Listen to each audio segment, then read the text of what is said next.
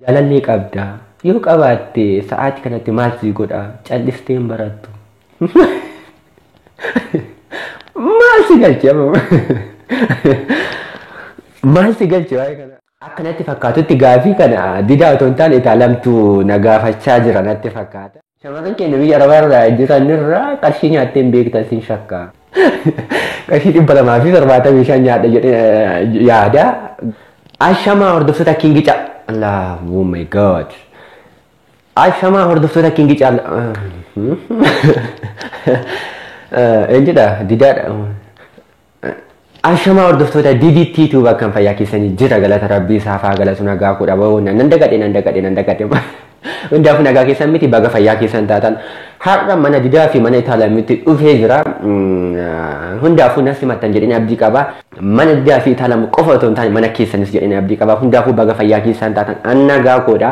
Har'a asirratti gaafii na affeeraniiru gaafii jaam tokko gaafii naa qopheessan jira jechuudha didaa fi itaalam hundaafuu gaafii kana deebisuudhaaf dhufe jechuudha.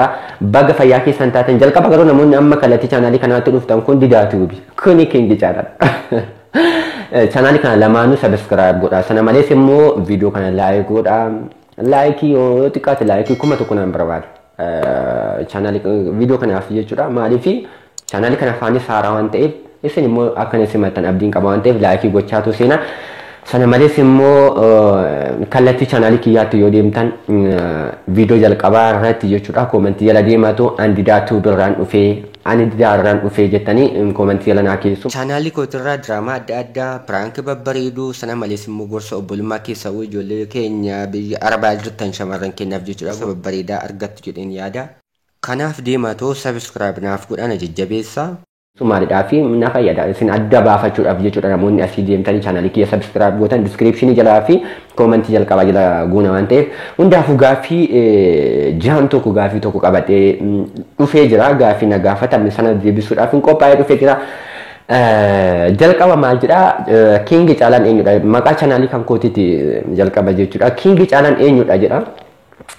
Kingi caalaan maqaan kan koo inni sirriin caalaan jedhama.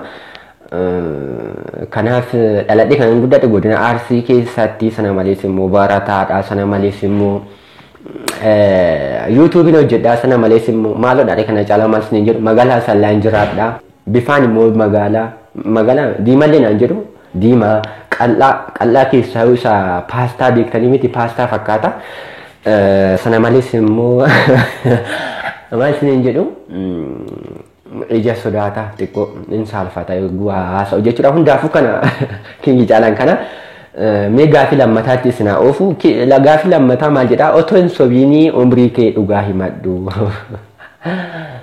otoo hin sobiin umrii kee dhugaa himadhu umriin kan koo akka shamarranii sana hin dhoksu jechuudha dhiirri ijoolleen dhiiraa kun jechuudha umrii ishee ma dhugaa takka yoo guddate lama sadi irraa dhisan malee kan isuma dhugaa himu umrii kan koo 1989 dhaladhe amma 2013 mee walirraa dhisaa too naannoo waggaa 23 ta'a jechuudha waggaa 23 hangara 24 kanaaf umriin kan koo xiqqoo haaftaamiin ta'a jira jechuudha umriidhaan isuma orjinaalatti isuma dhugaati.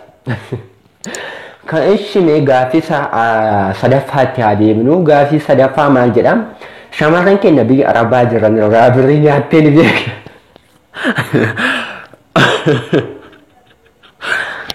Sin shakka waan ta'eef akkanatti fakkaatutti gaafii kana didaa otoo hin taane itaalamtu na gaafachaa jira natti fakkaata.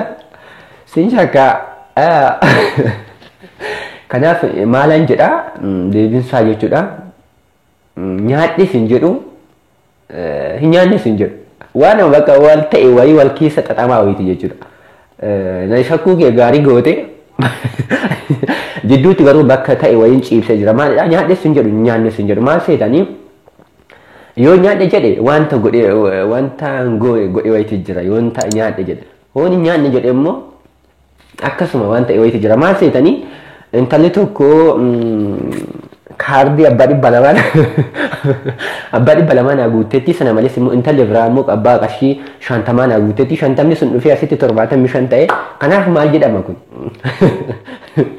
kanaaf nyaadhes nyaannes hin jedhu jechuudha walumaa galatti nyaadhe hin jedhamu garuu Inni lakki nyaadhes hin jedhama. Kanaafuu walumaa galatti jechuudha qarshii durbaa arabaa qarshii 275 nyaadha jedhee yaada garuu akka kaanitti harka keessaa qabadhee jira. Mee gaaffii itti darbinu gaaffii afuraffaa maal jedha? Maatii kee keessaa wanti dhabe jettee ofitti gadditu maalidha? Tana gaaffii miidhagduu gaaffii babbareedduu na gaafatte. Maal seetanii maatii kiyya keessaa Rabbi faa galatu maatiin kan koo wanta nyaatee buluu hin qaba, wanta uffatu hin qaba, nagaa qaba, jireenya qaba. Galateeffataadha waaqa isaa waan uumteef waan fayyaa na gooteef waan bulchitee na oolchiteef waan oolchitee na bulchiteef galatoomi jedhee waaqa isaa galateeffata. Garuu waan xiqqoo kun baay'ee sin gaddi ofitti maal seetanii maatiin koo ijoollee 6 qaba. Ijoollee 6 kun waan sin ajaa'ibu hundi isheetu dhiira. Ijoollee karabaataa qabdi. Hundi isheetu dhiira. Kanaaf achi keessaa durba otoo hin qabaanne. Intala durbaa baay'ee tokko jaalladha. Waan dhabneef ta'e waan isaa hin beeku. Otuma jennu isin hundiyyuu obboleeyyan kiyya. Jechuun ijoolleen shamarranis obboleettii kiyya. Garuu durba otuma haati koo durba na deessee taate sariin beekamu. Kana booda dhufuu danda'a. Mokkoraan jedhaan hundaafuu tanima. Otoo durba nu deessetti ta'e akka isheen itti anka bakka beetoo jiraachisu baay'ee tokko jaalladha dhugaa. Obboleettii durba obboleettii walumaa galatti baay'ee tokko jaalladha. Otoo hin qabaadhe baay'ee tokko hawwaa. Hin mokkoranii isuma dhumaa kanaafaa maaloo durba faanuu godhaa jennee yaadna turre. Hojii waaqayyooti kan hundaafuu jireenya keenya keessatti maatii keenya keessatti osoo durba qabaanne baay'ee tokko natti tola. Garuu tarii fuulduraattis maatiin kan koo reefu hin dulloomne waan ta'eef fiduu danda'anii. Akkasiin isin jedha kanaaf durba otoo qabaanne obboleettiin qaba jechuudha. Inni afuraffaa maal jedha? Nu'iif jaalala akkamii qabda? Keessaa waa'ee viidiyoo chaanaalii koo irratti hojjennu. Sinitti dhugaa dubbachuudhaaf jechuudha. Didaa waggaa tokko dura wal baraannee waggaa tokko sababni yuutuubiitti wal baraannee jechuudha. Yeroo sana Itaaliyaa min dhufne eessa akka turte hin beeku. Tarii mana jiraatti ta'e yookaanis immoo biyyuma Arabaa sana otoo hin dhufin ta'e hin beeku malee yeroo sana didaadha wal bararree jechuudha. Amala isaa guddisuuf arbeessuuf osoo hin taane baay'ee amala namatti toluu qabda. Sana malees immoo sababa chaanaalii kana irrattis waan baay'ee na gargaarteetta waan baay'ee na gorsiteera. Sana malees immoo sanaan alatti yeroo Itaaliyaa dhufte kana chaanaaliin kee baay'ee ol guddateera. Baay'ee natti toltan jechuudha. Sababa durba qabaachuutiin natti fakkaata. Erga isheen dhuftee piraankii babbareedaa hojjettanii, viidiyoo babbareedaa hojjettanii, chaalenjii babbareedaa hojjettanii. Walumaa galatti amala bareedaa, amala namatti tolu qabda, amala nama qabachuu qabda, amala ijoollee sabiskiraabaroota kee qabachuu qabda. Sana malees immoo ijoollee afaan Oromootiin hojjetan hedduun isaanii warra dabil kilikii warra ibsuu obsee beekishoo hundaayyuu bakka ijoollee hedduun hin jira miti warri dabilii ta'anii hojjetan baay'ee natti tolu, baay'ee jaalladhaan jechuudha. Maaliif maatii keessatti jaalalas uumaa, jaalalas barsiisanii kanaaf baay'ee natti toltan walumaa galatti akkanumatti nu jiraadhaan isin jedha isin jaalladha viidiyoo keessan illee nan jaalladha viidiyoon keessan garuu tarii yeroo tokko ediitii babbareechaa hojjedha sanin isin jedha itti aansee gaaffii jaafaa maal jedha jaalallee qabda yoo qabaatte sa'aatii kanatti maal si godha callistee hin barattu maal si galche maal si galche waa'ee kana qabaadhee qabaachuu baadhee wanti si galche jira. Kana xiqqoo gaaffiin natti ulfaata gaaffiin nan qaba isin jedhu hin qabu isin jedhu nan hawwa garuu jaalallee qabaachuu jaalallee tun qabaadhe natti tola. Dhaladhee jechuudha umrii 12tti osoo jaalallee godhadhe natti tola maaliifi jaalalli namaa kuni walumaa galatti jaalallee godhadhee otoo hin guddadhe natti tola garuu ammaaf nan qaba isin jedhu hin qabu isin jedhu.